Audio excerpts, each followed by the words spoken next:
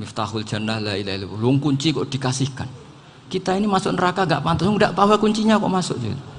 Harusnya kita ini masuk surga, kita kan pegang kunci surga, gak pegang kunci neraka. Maka aneh kalau kamu masuk neraka itu aneh. Coba kita pegang kunci surga apa kunci neraka? Tapi kadang teman saya suka neraka ora ono kuncine. Karena tidak ada pintunya. Terus saya bilang, kamu kok tahu? Memangnya mau ke sana kata saya. Saya tidak punya rencana tahu neraka. Karena nanti di antara syafaatnya Quran itu orang kalau mau masuk neraka tidak jadi. Ya nggak apa-apa ya, diatur sendiri. Jadi di antara syafaatnya Quran itu orang nggak jadi masuk neraka. Jadi syafaat itu ada dua, dari neraka diangkat ke surga, dan itu bisa lama itu. Tapi kalau syafaatnya Quran itu yang belum masuk neraka supaya nggak jadi masuk neraka. Karena neraka juga punya aturan, dia juga kena aturan fikih. Jadi, loh betul ini, saya ada guyon. Jadi kena konstitusi apa? Fikih. Sama tak ceritani syafaatnya Quran itu, ada orang itu beling itu fasik. Itu dihafal surat Tabarok. Hafal betul. Tabarakalladzi biyadihil mulku wa huwa ala kulli syai'in qadir alladzi khalaqal mauta wal hayata. Pertanyaannya gini, boleh enggak orang menginjek surat Baqarah? Boleh enggak? Enggak. Padahal orang hafal Quran itu artinya ayat itu ada di hatinya. Fa inna wa ta'ala la yu'adzibu qalban wa al-Qur'ana. Allah tidak akan menyiksa hati yang menyimpan Quran, yang jadi flash disknya Quran, yang jadi rekaman Quran. Singkat cerita orang ini hafal. Pas ketemu Mungkar Nakir prosedur kan, ini orang fasik mau diantemin sama Mungkar Nakir. Prosedur ya, dia kan prosedur standar. Si surat Tabarok akhirnya menjelma jadi seseorang yang gagah berani. Kamu nggak boleh nyiksa orang ini. Saya ini kalamullah. Kalau kamu nyiksa dia berarti nyiksa saya. Kamu berani sama kalamullah. Wah ya tidak berani jadi Mungkar Nakir. Tapi orang itu nakal, harus saya gebukin. Tapi kata Quran tadi, tapi saya di situ pasti kena saya. Oh debat, nggak ada lajnahnya, ini nggak ikut. Kalau Gus Firjon ikut jadi lajnah. Kalau jadi lajnah pasti kroninan, kalau santrinya dimenangkan nanti. Akhirnya debat. Ya sudah kita ketemu Allah. Akhirnya Mungkar Nakir sama Quran tadi surat Tabarok datang sowan sama Allah. Terus kata Allah, memangnya kenapa Mungkar Nakir? Saya harus nyiksa dia karena dia fasik ya Allah. Memangnya kenapa surat Tabarok?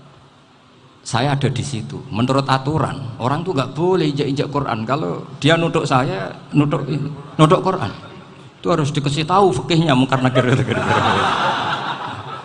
Akhirnya Allah ngendikan gini ke surat Tabarok, ya sudah terserah kamu. Kalau terserah kula Gusti, Mungkar Nakir nggak boleh nyentuh orang ini. Ya sudah selamat. Sehingga terus itu sama baca di termasuk mujizatnya surat Tabarok di tafsir Ibnu Katsir banyak. Karena tadi logikanya malaikat itu juga kena aturan fikih. Sehingga banyak ulama termasuk Said Muhammad ngendikan pertanyaan Mungkar Nakir itu tidak semua orang kena. Kalau semua orang kena nanti kalau tanya Nabi Muhammad, waman nabiyuka? Kacau kan jawabnya. Nabi kamu siapa? Lu saya ini nabi. Ya kan? Lah nanti kalau pas ketemu Nabi Ibrahim, waman abuka? Jadi repot kan? Makanya ada kiai yang guyon kalau ditanya marab buka, saya ini guru tauhid sembrono. Saya ini ngajar Ummul Barohin, kamu tanya marab buka. Masyhur itu keramatnya Imam Malik itu. Ada Ashabu Malik, rajulun min ashabi Malik, beliau ditanya Mungkar Nakir marab buka manabi buka. Imam Malik datang, ini seumur-umurnya itu ngajar tauhid. Kok kamu bedai enggak sopan kamu? Dan kita berharap barokah sampean ngaji nanti itu. Yes. Malaikat itu anak sungkane gitu. Jadi itu. Dan saya meskipun guyon itu serius. Bedanya orang alim sama ndak itu di situ. Kalau orang alim itu guyon itu masih bener, masih serius. Coba saya bacakan ayatnya. Ala inna auliya Allahi la khaufun alaihim wa lahum yahzanun. Terus lahumul busyra fil hayatid dunya fil akhirah. Artinya kalau Mungkar Nakir dengan penampilan garang gitu, berarti ada ketakutan apa enggak? Ada, padahal ciri utama walinya Allah tidak ada ketakutan. Makanya itu termasuk dalilnya Sayyid Muhammad, tidak semua orang alami seperti itu karena wali-wali itu la khaufun alaihim wa lahum yahzanun. Wah anak kiai ketemu karena kerja buat tidur wedek. Iku dresege ora kok pertanyaan tok, nak konan santri piye? Lho isen wis kiai dihanjuti mungkar nakir. Malu gak kira-kira? Mesti pelengani konan santri piye. Nak jawabannya gampang karena pernah ngajar tauhid. Makanya Sayyidina Ali ini ceritanya ada di kitab Nurul Dholam. Sama lihat di kitab Nurul Dholam karangannya Syekh Nawawi Banten. Itu Sayyidina Ali itu ya, andekan orang biasa mungkin ya agak-agak hasut, tapi ini wali gak boleh kamu katakan hasut. Dia itu mangkal sama Umar. Orang kok setiap orang pernah dibentak. Apa dia berani bentak Munkar Nakir? Penasaran dia. Bagaimana kerengnya Umar itu berlanjut enggak gitu kira-kira. Akhirnya minta, ya Allah saya minta kasyaf. Ya karena yang minta Sayyidina Ali karena mau wajah dituruti sama kasyaf. Dilihat Sayyidina Umar pas meninggal itu. Jadi hasud itu ya kadang penting asal baik. Loh betul bahasa Kanjeng Nabi kadang la hasada illa fisnaten. Itu Nabi bahasakan ya hasad. Gus Firson saja yang nafsirkan ghobtoh itu kan gaya-gayanan sebagai ulama. Aslinya Nabi ngendikan itu la hasada illa fisnaten. Ulama yang ganti itu namanya ghobtoh. Wong Nabi sendiri nyebut hasad kok kamu tafsiri ghobtoh. Ya hasad ya hasad. Udah nggak usah ditawil-tawil pokoknya gitu. Kalau sama nggak percaya nggak apa-apa. Kok gitu aja kok repot. Karena sama nggak percaya kemungkinannya dua. Satu nggak ngerti. Dua sama-sama alim kan dari awal kalau sama-sama alim kan laisali alimin ayuqallida aliman akhor. Kita nggak perlu saling mengikuti. Ngapain hasud? Biasa aja. Akhirnya Sayyidina Ali kasar. Pas Umar bangun, setelah mati kan bangun, setelah meninggal bangun. Munkar Nakir datang dengan perang yang sangat garang. Itu digambarkan Sayyidina Ali matanya itu kalkidril ghali. Kayak apa? Kendil yang apa? Menganga. Wah seru. Sayyidina Ali senang, paling takut ini Umar. Senangnya bukan main. Wah ini mesti takut Umar. Biasa. Ternyata enggak, Umar malah bangkit. Woi Munkar Nakir.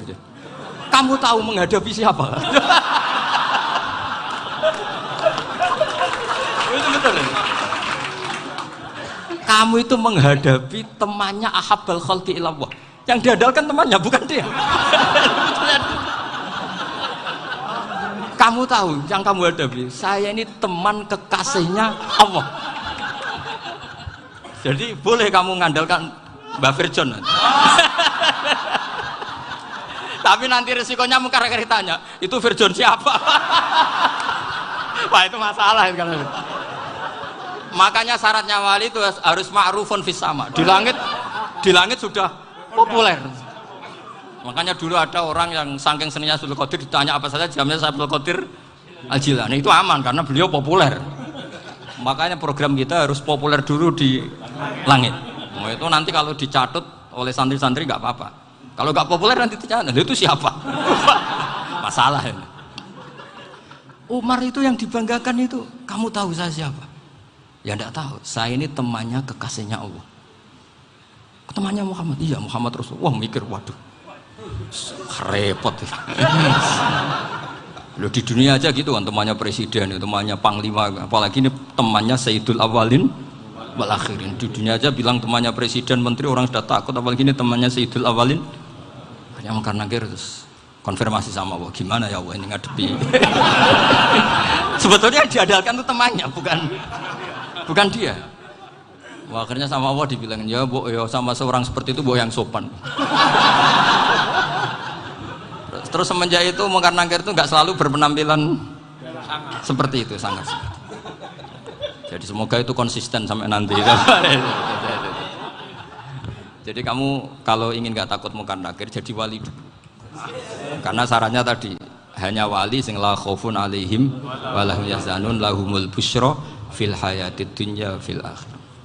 Jadi orang itu kalau ngaji itu harus khatam. Jangan semuanya kena pertanyaan. Dan kalau semuanya kena pertanyaan nanti repot. Kalau Nabi Muhammad ditanya waman Nabi juga. Nabimu siapa? Lu kan terus jadi aneh. Jadi makanya ngendikane Sayyid Muhammad semua ulama lah, nggak ada am kecuali ditaksis, kecuali sifatnya Allah. Misalnya bikulli syai'in alim ya benar-benar bikulli syai'in. Tapi kalau am semuanya pasti ada taksis, meskipun dalam muhawarah muhadasah biasa. Misalnya contoh gampang, istri kamu baru seneng kamu, mas nak pengen popo itu lapor aku, gak popo mas, mesti aku seneng sama lapor. Iku dia pengen wayo, wah langsung jadi apa wae. mesti apa wae maksudnya kecuali itu gitu. Padahal kalau ngomong ya Mas sampean ingin apa saja tak dukung. Sampean bilang kepengin iku wayo. Kira-kira disetujui apa enggak? Sama seperti kita kalau punya teman akrab, wes nang omahku gak apa-apa, anggap aja omahmu dhewe. Terus mlebu-mlebu kamar. Jadi tidak ada am kecuali di taksis. Artinya kalau ada cerita bahwa orang mati pasti ngalami ditanya mungkar nangkir, itu pasti ada am yang di taksis. Itu pasti tidak dialami para anbiya, para auliya. Karena ciri utama wali itu la khaufun alaihim walahum yahzanun.